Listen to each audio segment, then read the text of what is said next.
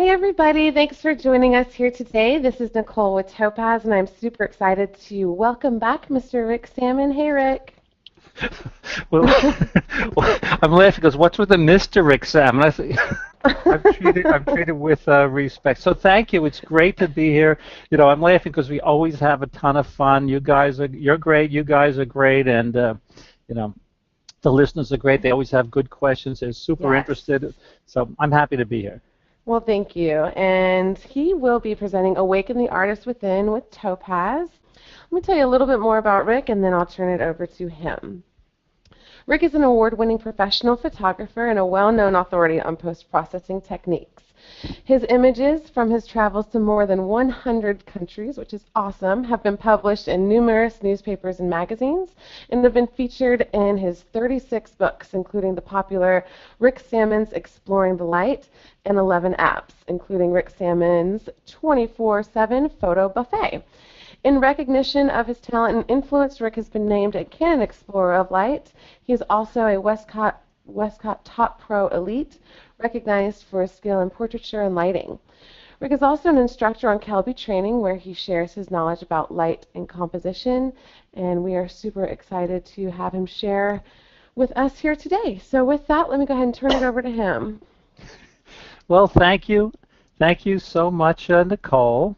It's great to be here. I'm going to show my screen, and I guess you guys are seeing my screen here. I am. Again, I'm really happy to be here. It's 5 o'clock in New York. It's usually happy hour here, but this is going to be a happy hour because I really am happy to share what I've learned over all these years taking pictures. Now, Topaz is just not a software, plug-in company. These guys are really interested in photography. They know photography. So along with my Topaz tips, I'm going to be giving you some tips on my photography. Mostly, I'm going to be showing you some pictures that I took recently on one of my workshops in France. I mean, this was amazing. We were photographing these white horses standing in the water. These guys like running right towards us. So I'm going to be showing you some of the effects that I use with Restyle, with Topaz Adjust, with the black and white plugin, a couple of these other things. But I do, again, want to give you some photography tips because this is where it all starts. So for this, actually I could give the whole hour presentation just giving tips on this picture, but I won't. But just some tips here. When you're photographing fast-moving subjects like this, to get the subject tack sharp, what you want to do is you want to set your camera on focus tracking, or AI. I'm a Canon Explorer of Light.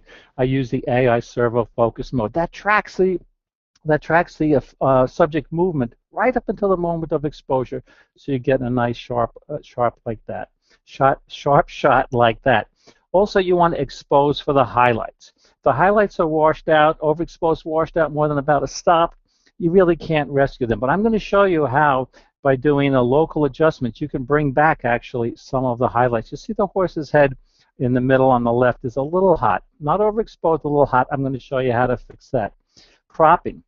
When I used to write books, I used to send my pictures to the editor and say, crop my pictures and you're a dead man, with a little happy face after it. Meaning that, cropping gives us a second chance at composition. The cropping is very, very important. Here, it was boring stuff on top, boring stuff on the bottom. So I cropped it.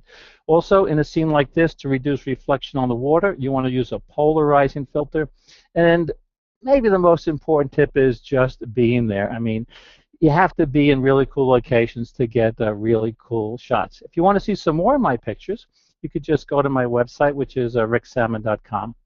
And in one of my galleries here, you'll see all my different, my favorite pictures from this shoot. So here, you saw this picture before, right? Here's the original. And again, I'm going to go through the different steps here. It's just not going to be a slideshow. Here you see that I used, in Restyle, one of the really cool moody effects. But if you look here, look closely, as I go back and forth, you'll see the sky doesn't change. And this is one of the really cool features in Restyle, where you can do these masking, where you can mask out different areas to create really, really unique pictures. And when I show you the masking, just stay tuned for, why did that come up? I guess I should turn off that, but get rid of that. I'll friend them later. This loop tool is really important because you worked hard to get your pictures, right? You worked hard to get your pictures, so that loop tool is really important. And just before I get into the my workflow here, I just want to show you some behind the scenes shots. There's a big difference between taking a picture and making a picture. So all these pictures were made. We had a lot of help on my workshop. You see these like French cowboys in Provence riding these horses to us toward us at top speed. Actually, one person got knocked over by a horse on the first run, fell in the water, camera lens was ruined because she didn't follow my advice to stick close to the other workshop participants. And here, just a little more relaxed shot. And here, just toward the end, there's two more shots to show you before we get going. This was really fun hanging around with the horses until, look at this, one of the horses stepped on my foot. Now, this horse weighs about 1,000 pounds. This did not feel very good. Okay, so we did that. We talked about cropping before. So here is my original picture.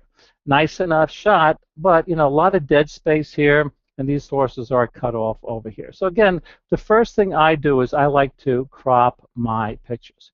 So let's see what we can do here now that it's cropped. I just opened a Camera Raw, did some basic adjustments. Again, that polarizing filter really helped to flatten the water here. And having the horses run toward us with the sun falling on their faces, again, this is a very big part of making this picture. All this stuff is controlled. When you look at a picture, in a book, a magazine, on a website, whatever, in a webinar, you got to realize probably a lot of stuff went on behind the scenes to make the. Oh, Nicole's probably saying, when's he going to get to Restyle?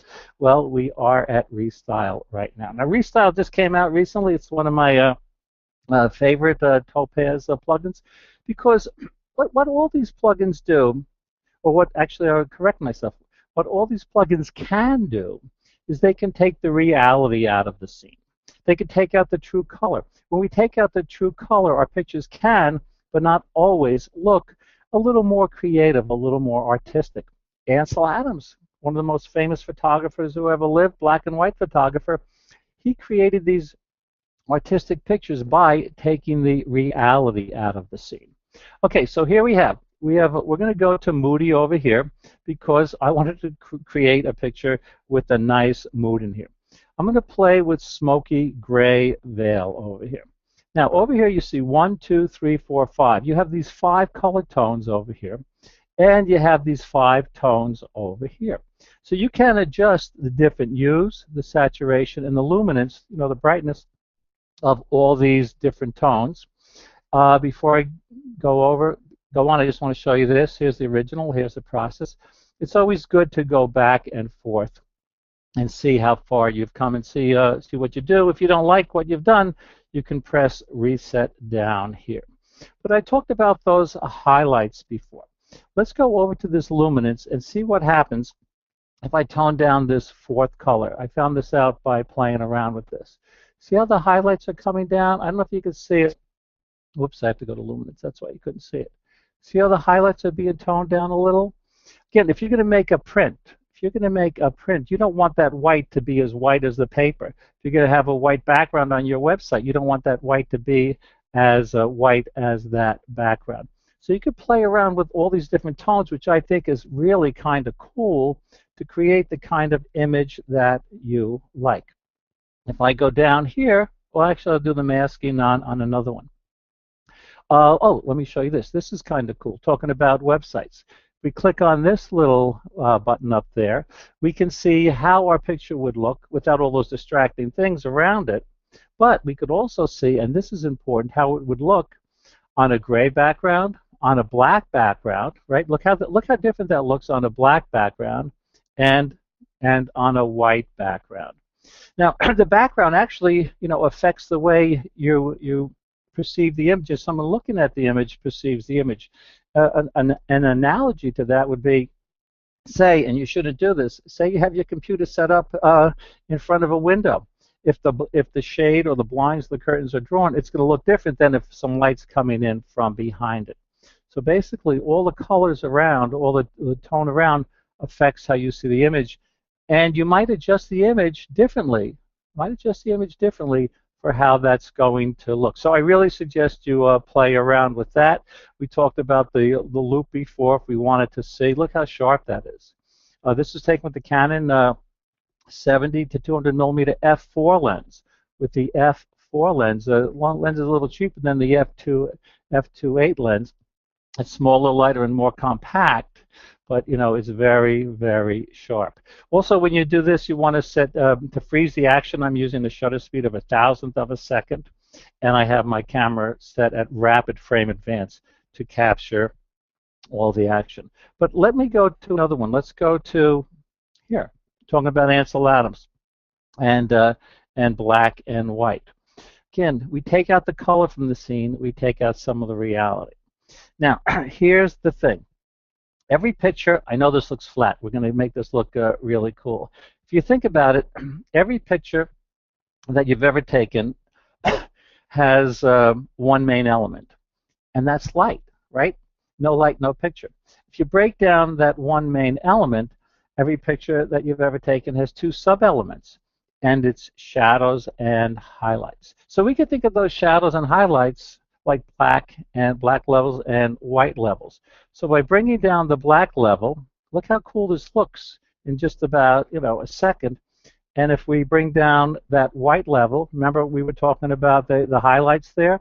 Now we're getting a little more detail. If we go over here, see the highlights are washed out. So this is cool that we can control basically the blacks and the whites independently. If we want to make this look really sharp, look at this. Basically, by making it sharper, we're also increasing the well, that's a structure. By increasing the sharpness, we're increasing the contrast, and by increasing the structure, we're also increasing the contrast just a little. So look, here's the original, nice enough, pretty shot, but I think this looks a little more artistic. I think this looks a little more creative. So you could play around with all these different things, and I do say play around because people say, oh, I'm going to go work in the digital darkroom. I say go play in the digital darkroom. Now there's a lot more I want to show you, and a few more pictures, but there's a lot more I want to tell you about. So let's go to another picture. So if I want to save this, I could press OK. If I wanted to reset everything, I could reset and start again. In the next, so anyway, moody. You might think, hey, this will look nice, with a landscape, whatever. Watch this. Let me cancel this. Let's go to our next picture, which is going to be all these horses. Okay. So again, I crop this picture to crop out some of the dead space to add more impact to the picture. So we're going to go to Filter. We're going to go to Topaz Labs, and we're going to go to Restyle again. And when I said play around, really saying play around and experiment. Look at this. I'm going to go to Architecture. You might not think, hey, Architecture, why would he use Architecture? Well, look how beautiful this picture looks. This looks like, a nice blue, cool tone picture. Here's my original. Again, nice enough.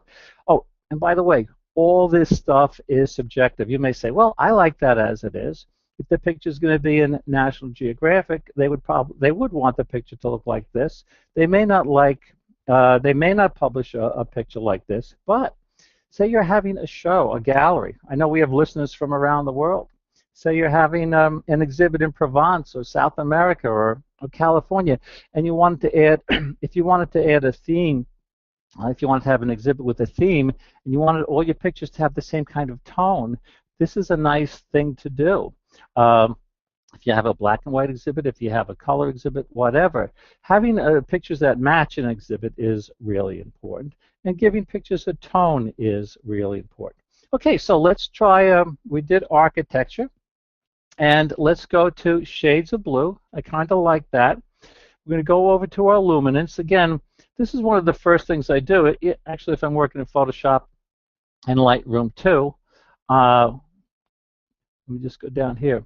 I'm exposing I want those highlights to be really nicely exposed. So look at this. If you look at the horse's heads over here, I'm bringing down that white level, and if I make this like this, the picture looks a little more dramatic. Now, it has more of an impact. Now, my wife, Susan, she likes pictures a little on the light side. I like pictures a little on the dark side. I like pictures that have more of a mood. Let me go up to my luminance here. And again, this is really cool. If you look over here, shades of blue, you can't really see that you have 5 colors, but there are indeed 1, 2, 3. Actually, you can on this one. Sometimes the colors are small like this over here, but you can see you have all these different colors here. Let's go down to the 5th color in the luminance, and we could change those highlights there too. We want to change the saturation. We could boost the saturation of these colors independently. So you could create pictures. Say you're on a workshop. I had 15 people on this workshop. You could go on this workshop, get the exact same shot, and your picture can look different because you have all these different controls. Now I'm going to show you masking a little later, but I know people are interested in that, so I'm going to just give you a quick look at that. In the masking, this is basically like an adjustment layer and a layer mask in Photoshop, only it's right here for you. That almost sounded like, hey, it's right here for you. Anyway, you have these different type of selections here. You can do edge aware, which is I like color aware and normal aware. Let's go to edge aware. You can control the size of your brush, the hardness of your brush, and the strength of your brush, just like you can in Photoshop. So I'm going to select this, and if I go through here, very quickly, very easily, again, I'm going to give you more of a demonstration later on a picture that I don't have to do as much work on, but you could see, now I'm not saying you like this. I'm not saying that, and I'm sure people out there might say, oh, you know, I like it all blue tone. What I'm trying to show you is just how cool this masking feature works. And if we go back to, actually I could cancel this one. If we go back to the picture that I showed you before, see, it really helps to be organized when you're doing this type of thing. If you're going back to the picture, the pictures that I showed you before, here's the original, and here's, you can see the sky's not changing. And look at that masking. I mean, that masking is really, really clean.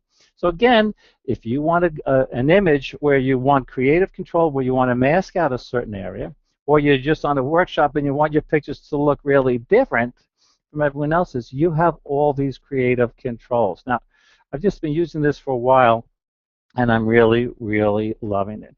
Okay, let's go to another image here. This picture right here. Okay, a couple of tips on panning here. You know, panning is a great way to add a sense of movement to a still picture. When you're doing this, the most important thing is to have the subject in focus and the background blurred. I can't say shoot at a 15th of a second, a 30th of a second, an 1/8 of a second, because it depends on 2 things, actually. One, how fast the subject is moving, and a lot of people don't realize this, how far the subject is away from you. So what I suggest is that, you know, obviously we had these horses do this several times for us. If you have a chance to do this, you know, start at about a 15th of a second. Then try an 1/8 of a second. And then try a 30th of a second. If the horse is too blurred, the background's not blurred enough, then go to an 1/8 of a second. Now, you have to do this, unless you're really lucky. Unless you're really lucky the first time out, you have to do this a few times. I was kind of lucky on this shot. I got it on the first one. Also, when you're doing a shot like this, what you want to do is you want to leave some space. You want to leave some space in the frame into which the subject can run. In other words, if I crop this, you know, right here, well, you'll see. If I crop this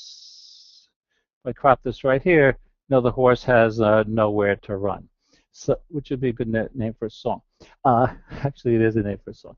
So you want to do that. Also, this picture is cropped. Using a tripod really helps, because if you use a tripod with a swivel head, you get these nice straight lines that you see here. If you're hand holding it, you know, you may get some wavy lines. So anyway, those are a couple of quick tips on panning. So let's go here. Let me try Topaz Adjust. I've been using Topaz Adjust for a few years, and talk about they have all these cool collections. I think the last time Nicole I was here, we did stuff on HDR. They have HDR collections, all these other collections here. But my guess is some people here listening have not used film.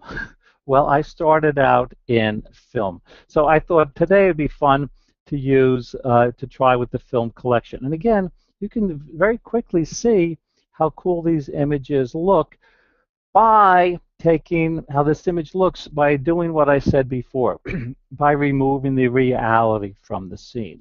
Again, we're used to seeing, a scene a certain way, and when we remove the reality, the picture automatically looks different. Maybe it doesn't always look good, but it can look a little more creative, a little more artistic. So I thought I'd play around here with this timeless effect here. Let me go back here, timeless 3. Now, we could make global adjustments here, global meaning to everything.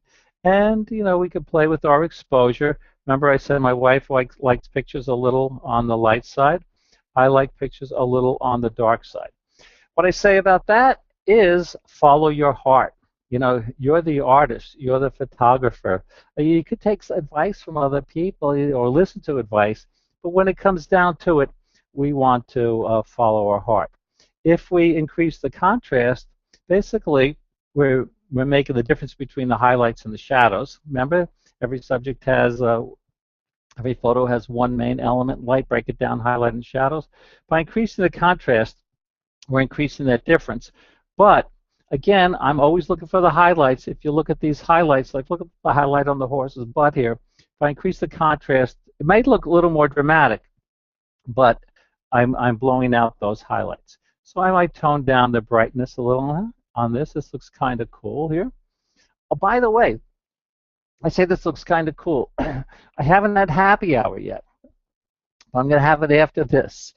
If you drink coffee, if you drink alcohol, this, believe it or not, while you're working on your pictures, this affects, well, it affects how you see color even if you're not working on your pictures. But this is something to think about. You may be playing around with your pictures and increase the contrast, increase the color, increase the saturation, and love it after having cups of coffee like I have in the morning or having happy hour, and then you wake up the next day or you revisit your picture and you say, hey, what was I thinking? Caffeine, alcohol definitely affects how you see color. Stress affects how you see color. Being tired affects how you see color, and age affects how you see color. So just something else about color.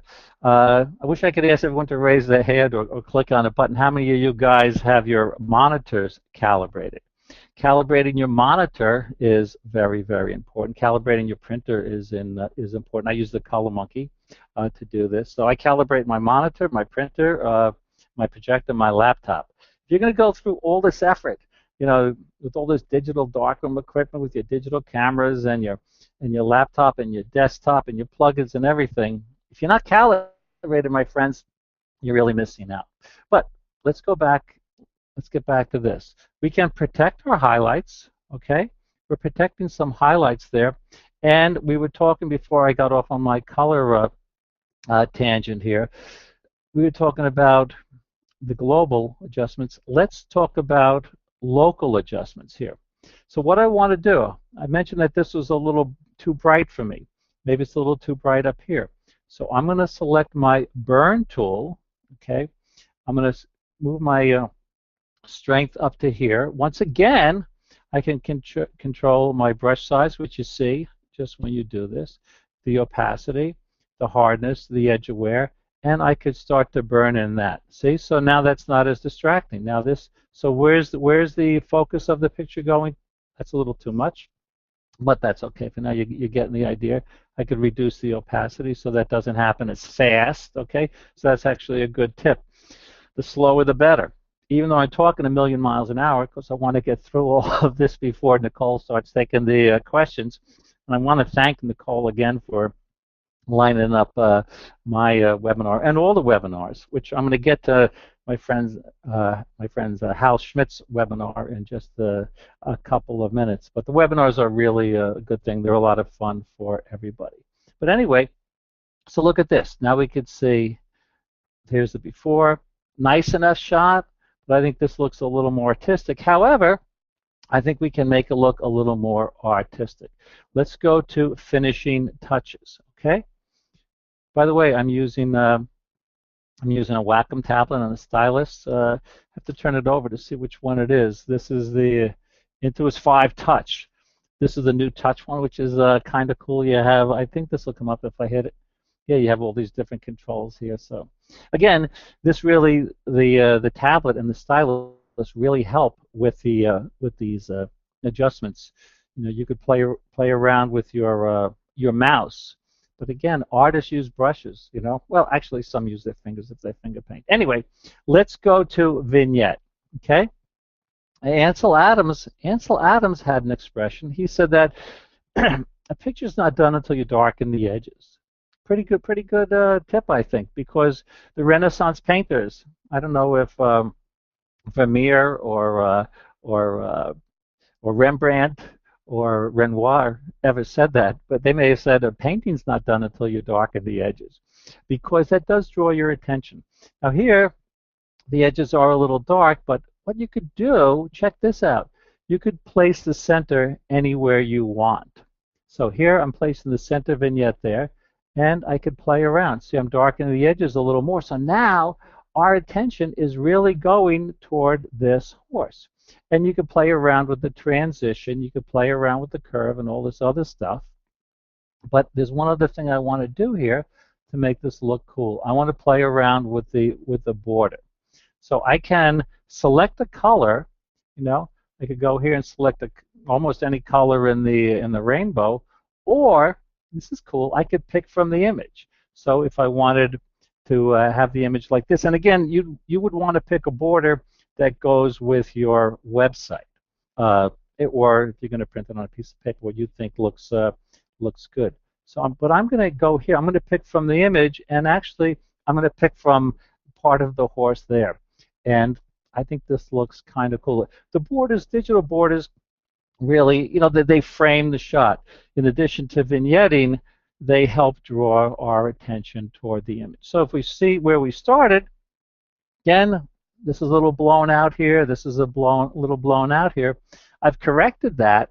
So we could use adjust, Topaz adjust, not only adjust for maybe some mistakes you made, not exactly exposing for the highlights, but it can also help us create more creative images.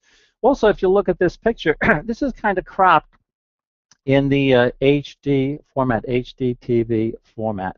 I think because, you know, because we watch movies, we go to the movies, I'm seeing that I'm cropping a lot of my pictures in this format, if it works.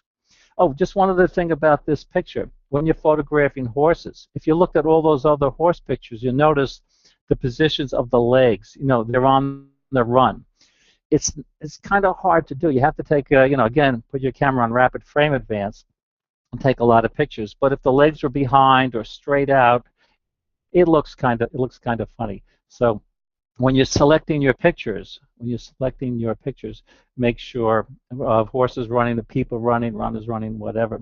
You want to check the position of the legs right there. Okay, I mentioned. Well, let me see. Yeah, I'll do one more here because I want to show you the masking. Then we're going to get to something else kind of fun here. I just thought I'd show you, you know, exactly what I do from start to finish on an image. This part of the image is going to turn out to be pretty good, but he's a little distracting over there, and these horses over here don't look so good.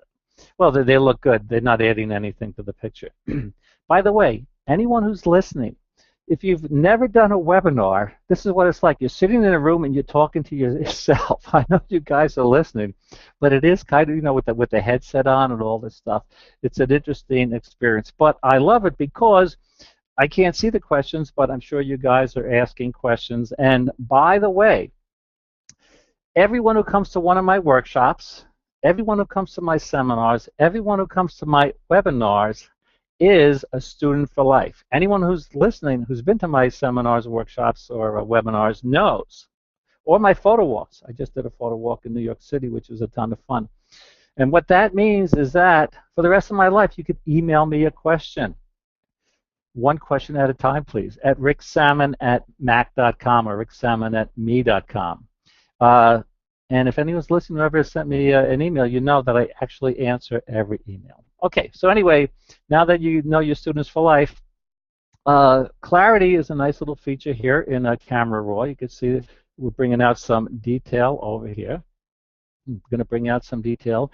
I could increase the vibrance here and the saturation. I could crop it, but just want to show you, okay, what I'm going to do here. So say I was kind of happy with this image. Of course, it's lopsided because I was trying to get, this was taken with a 24 to 105 millimeter image stabilization lens. So you can see how close I was to this lens. I ducked out of the way just in time. So I wanted to get crop him out. And if, you know, I could crop it like this, but it looks kind of funny. So what I'm going to do is crop it like this. And now I could spend a lot of time cloning this out, but if you haven't tried, it's not that new anymore. But if you haven't tried content aware fill, content aware fill, look what this does. I mean, how does it do? Whoops! Actually, it's the first time it didn't work. Why didn't that work? I'm going to try it again because it worked. It worked when I was just trying it before. Maybe I did a little too much. If it doesn't work, I'll clone it out after I said how cool it worked. Whoops! Content aware scale. I didn't want to do that. Don't apply. Let me go back to crop. Go here. Maybe I should have just cloned it out, but I'm going to try again because I do find that. Let's see. See, this is the thing. Man, I'm really glad. I'm really glad it worked. When you're doing this, if it doesn't work the same time, the first time, try it again. I found this to be true when you're making panoramas too. I find, you know, where you go to where it is, File, Automate, and you go down to Photo Merge when you're doing the panorama, that sometimes it doesn't work, and the next time it does work. So anyway, I'm glad.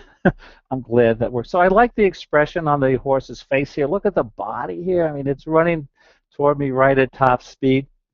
But let's go to Topaz Labs. Let's go to clarity. I really like clarity. And let's go to landscape. Let's go to, oh, you know why it's taking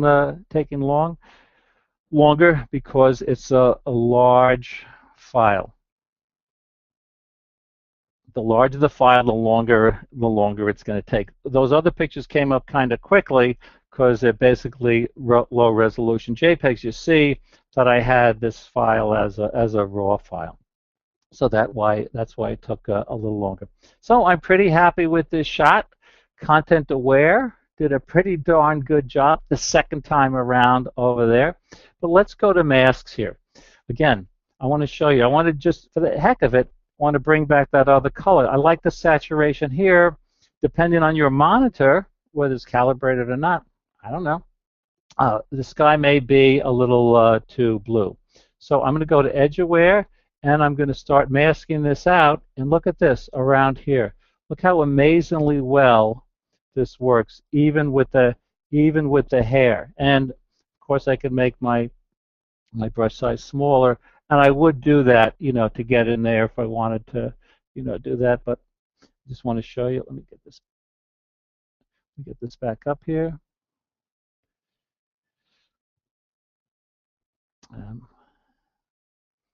And then what I want to show you, you know, I've been saying how well this works. Just like I said, content aware works, but this actually is working very, very well. And you can see over here exactly what's going on.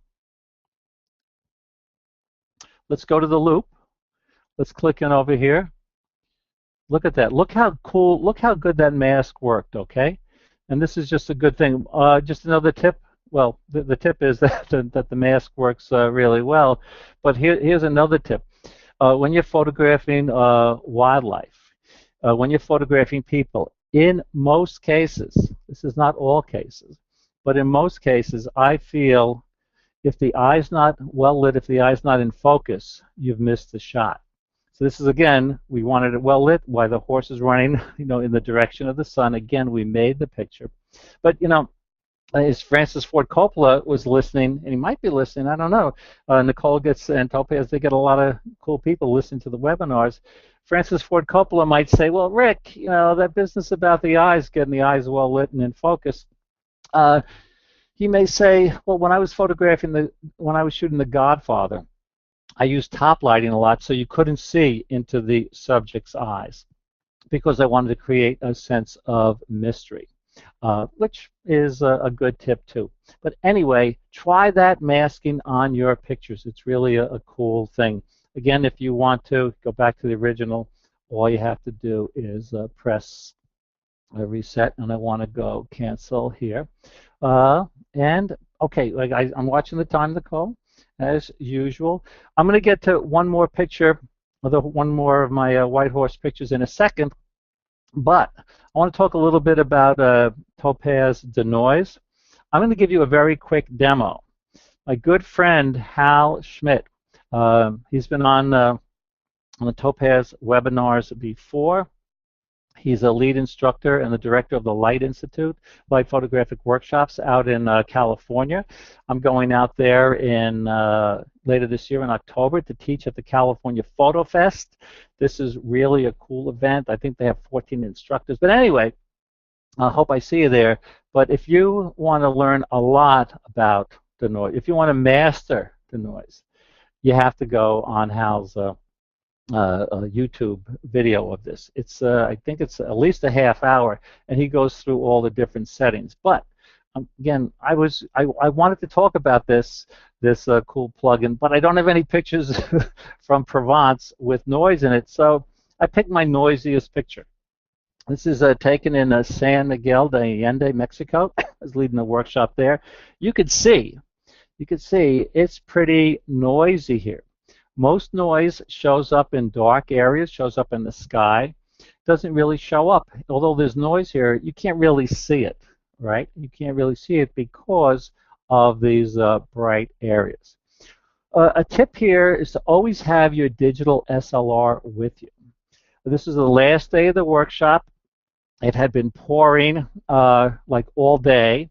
So we went to happy hour, actually, went to dinner, and because it was raining so hard, I left my camera bag, my good camera, in the hotel. I just had my iPhone with me.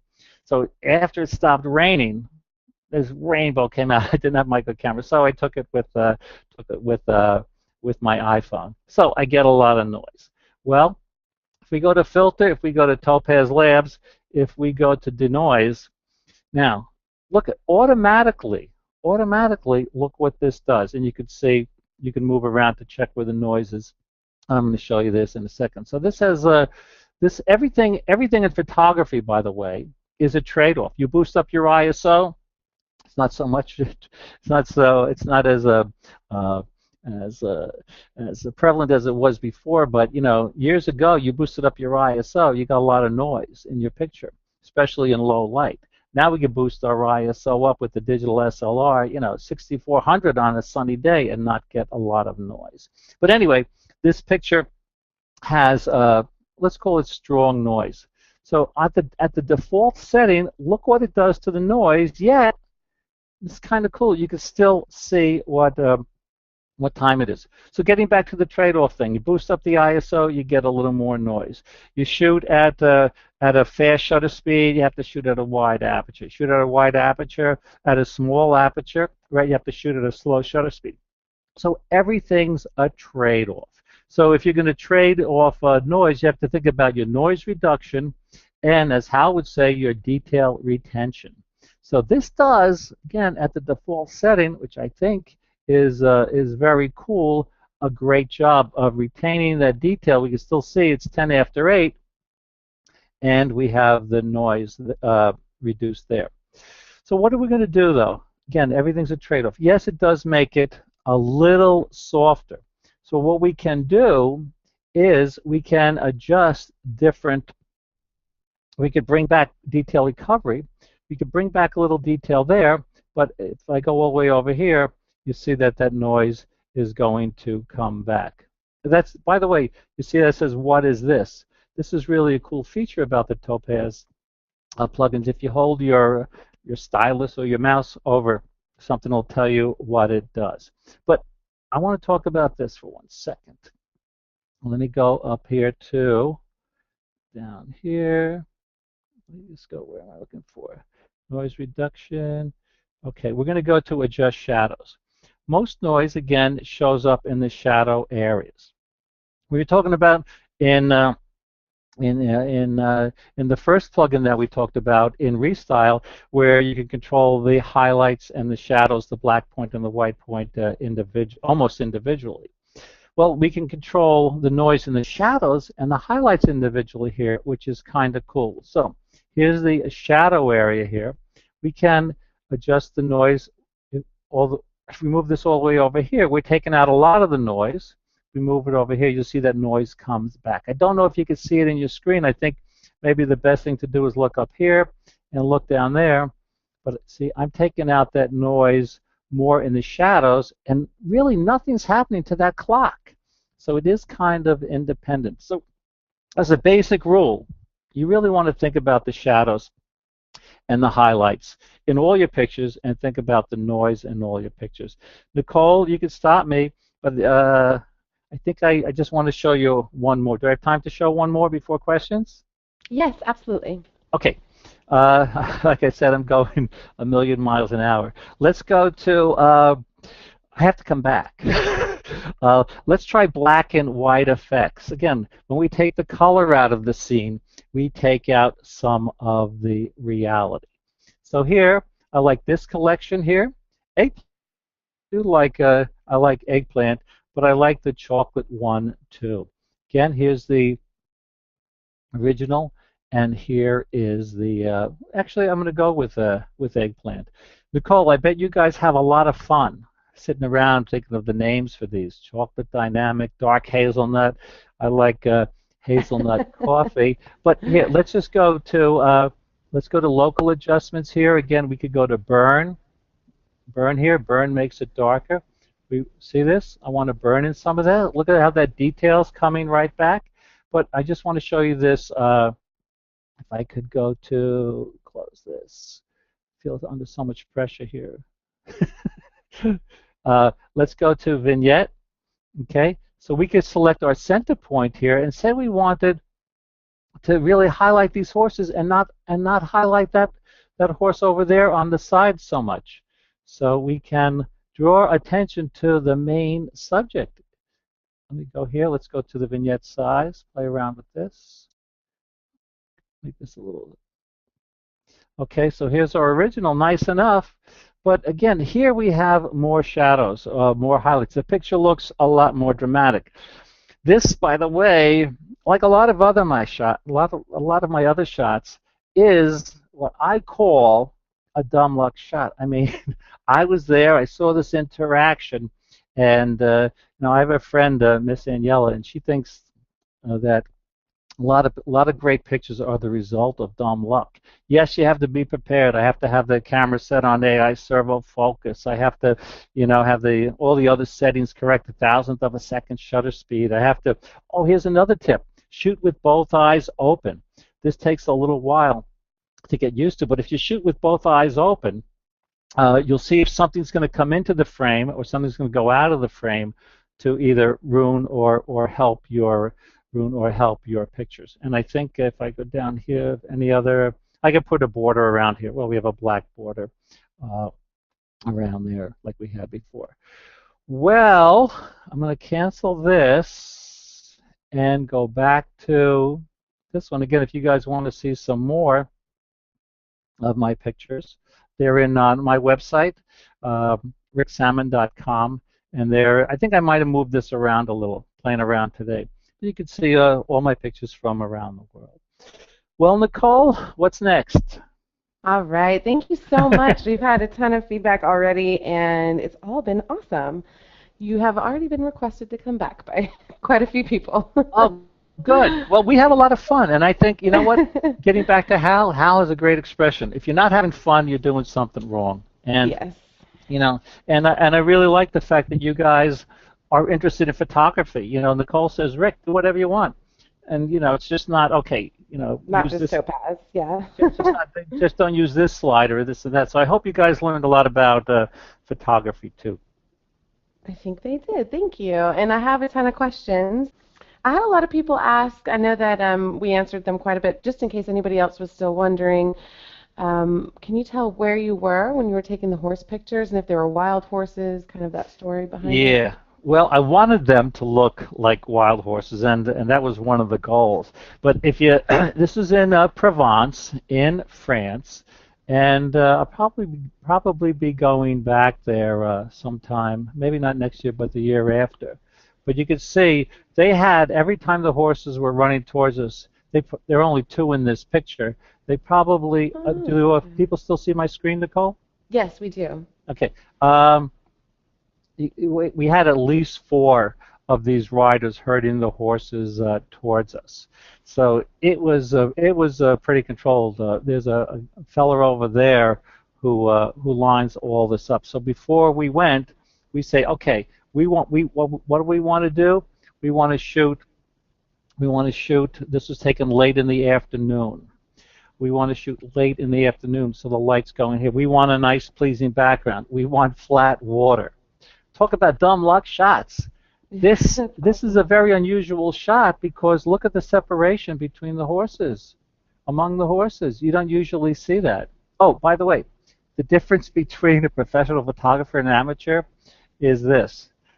The professional doesn't have to show his or her bad pictures. I got a lot of bad pictures on this one, so I'm just showing. You know, we're there for 3 days. I got 1, 2, 3, 4, 5, 6, 7, 8, 9. I got nine pictures that I really like. I probably took 2,000. Oh, and that was a question: is how many shots you took in this particular shoot? So yeah, I took about probably about 2,000, which is not as many as some people take. Just another quick tip here: you have to dress for success. I'm wearing these Neos boots. You could wear Neos boots are like collapsible boots. They're on my gear page, and they could fit. They fold flat, almost flat into your backpack. Cool. I had my other lens in here, so you really have to dress for success. And each of these runs, this was taken in the afternoon where we did this. Again, I really love the way Topaz helped me take out the reality from this scene. The horses probably ran about maybe 6 or 8 times towards us. It shows you how nice a picture looks against a black background. Yes. Nice. Okay, well, thank you. We have Ron asking, or no, I'm sorry, it was Scott asking, what do you use most with Topaz? Is it going to be, do you use Photoshop or Lightroom as your host majority of the time with Topaz? Well, up here we see Photoshop. So, you know, I've been using Photoshop longer than Lightroom, but if you look, I don't know if they can see the bottom of my screen. Can you see this? Yes, we can. Yeah. So I have Lightroom 5. On my workshops, I teach Lightroom and I teach Photoshop. But it's interesting. You know, you guys have all these plugins here. So I find, you know, clarity I think is really good if you want a pretty straight-looking picture that looks really that can use some corrections and some enhancements. Topaz Adjust is probably well, I was going to say one of your most fun, but Restyle is good. And you know, people ask me. Actually, I got a question the other day when someone heard about this webinar. They say, well, how does denoise compare to the noise reduction in Lightroom, which is very good? Well, I showed you before that you have this. Where'd it go? I use Clean too for artistic effect. I think you have all these. This is like a dedicated plugin just for noise. So I think with the detail recovery and the shadow highlight thing that I was talking about before. So I would say, I use a lot of plugins, as you saw. Some people call me, I have a friend, Joe Ferrace, they call him the king of the plugins. People call me the prince of the plugins because I use so many. But actually, I'm really big on plugins. I was talking to someone, and the person was not a big fan of plugins. And I got to tell you, I think plugins really can, as this title of the webinar it really can help you awaken the artist within, and can help you create different images. Again, you go on Google Plus, you go on Facebook. Is this going to? Oh, did I mess things up by going here on my site, Nicole? No, you're fine. I can still hear you fine. So if you go here, so you could post pictures. I'm on Google Plus here. I have all these. There's tons and tons of great photographers. So how are you going to make your pictures stand out like this picture? Play with plugins. They could really help you create an identity. But like everything else, like a fisheye lens. If you use a fisheye lens all the time, all your pictures are going to look the same, right? And then what? It's going to be boring. So I would say don't overdo it. Just have fun. And I want to say one thing about noise. Mm-hmm. That noise in that picture was a little too much. But actually, in some of these plugins, you can add noise, which it can be nice. Robert Farber and David Hamilton, two well-known photographers, created their reputation on noise. And my father, I don't know if I said it last time, Nicole, but my father had a great expression. And his expression about noise was this. He said, if a picture is so boring that you notice the noise, it's a boring picture. Pretty good, huh? Mm-hmm. That's actually pretty true. Yeah, it's true. Well, cool. That's actually, I'm going to keep that in mind, that saying. Oh, well, he had a lot of good suggestions. I miss him dearly. He would proofread all my articles. So if you guys go on my website and see all the typos, that's because my father's not around anymore to help me. But anyway, another expression is we're a part of everyone we meet, which has nothing to do with digital photography, but it's true. It's my father's expression. If you think about it, our personalities are a result of things we picked up from other people. So we really are a part of everyone we meet. So I hope I get to meet some of you guys listening on a workshop, on a seminar, on another webinar, at happy hour in Key West, wherever. Yes, and I'll include the website link as well so they can check out your upcoming workshops pretty easily from the follow-up email. Great. Well, I have a couple more questions. I actually have a lot more questions, but I'll just ask a couple more. Stan was asking if you process your images on the road or back at home. Oh, this is a good question. It's a very good question. I select my images on the road. I might crop my pictures on the road because when I get back, I'm going to be doing something else. If you go on my workshops page or I give a lot of free seminars. If you go on my seminars page, and they're all around the country. You could go see. I'm a little busy, like next year, right? I'm in Orlando, Jacksonville, Delray, Oregon, Westchester, Long Island, Cedar Rapids, Newburgh. Anyway, what I do is I only select like my favorites and I crop because if I'm in a hotel room and if my monitor's calibrated, if the light's coming in, like if a lot of hotel rooms have not a lot, some have fluorescent lights, that kills the res. If they have incandescent lights and there's like a yellow lampshade or something, that's going to shed some light on the monitor. So that's an excellent question. I don't recommend. Well, although on my workshops we do process our pictures and put them in slideshows, but again, it's just for showing purposes. When you get home, you'll see on your calibrated monitor and your controlled lighting conditions, you'll see that the pictures might look a little different. Okay, thank you. We have Andrew asking if you took all of these images, especially the horse images, in manual mode. Aha. All these pictures, believe it or not, were taken all these pictures in this gallery, all these pictures in all my galleries, except for my flash pictures. We're taking on the aperture priority mode. Even if the subject's moving fast, I'm on the Wi-Fi here in my office. That's what's just taking a little low to load. It's breaking up the sound, actually. Okay, yeah, okay, let me get it. So anyway, Sorry. all the pictures were taken on the aperture priority mode, because even with an aperture priority, you could watch your shutter speed. The only time I use manual is when I'm taking an HDR shot or when I'm using a flash.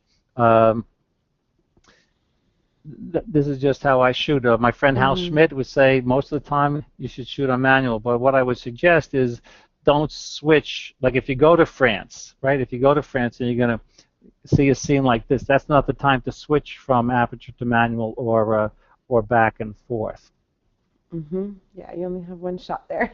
You only have one shot, but yeah, it works for me. My friend Juan Pons, we have a free podcast, Digital Photo Experience podcast, comes out twice a month. He shoots most of his pictures also on the aperture priority mode. Fantastic. Yes, I do too. I was taught that and just never really, it gives you the possibility to be artistic and actually choose your depth of field with that, and then you can, Well, like we were talking not about, have to worry about the shutter speed so much. And I want to see your pictures sometime, Nicole. I've seen some of them. I want to see some more. But I talked about every picture has one main element: light. Break that down: highlights and shadows. When it comes down to it, what does your picture have? What do you have control over? It's the depth of field, right, and the shutter speed. Your two main controls. So if you keep that in mind and take pictures every day and practice, you get good at it. Well, thank you again, Rick. I think we'll end it on that note. Everyone, I know I didn't get to all the questions, but you can send them in to us, or you can, like you said, Rick. Yes. I'll Student be for life, Rick Sammon. Rick Sammon. See, I don't know if can you still see my screen? I can, yeah. I'm about to. Because I have my mail closed down, so I'm sure when I open it, or I hope when I open it, I have some new friends from around the world and around the country. Well, cool. And I will be including that in the follow-up email. So with that, we will say goodbye. Thank you again, Rick, and hope to have you back soon. Oh, yeah, thanks a lot. Maybe I'm going to come to Texas and do it out of your office. That'd be awesome. Then we could go to Fossil Rim and photograph the wildlife down there, right? Yeah, and you came a couple years ago. Next time you come, let me know, and I want to try to get down there. Yeah, it's a great wildlife park. I mean, they have zebras running around. It's really fun. So maybe we could do a project together down there. But thank you so much for having me. It's always fun. The time goes too fast. You have great listeners and audience and users, so it's a ton of fun. Well, thank you. I know everybody appreciates it. So, all right, with that, we will let you go, and I hope to see you soon at an upcoming session. Bye, everyone.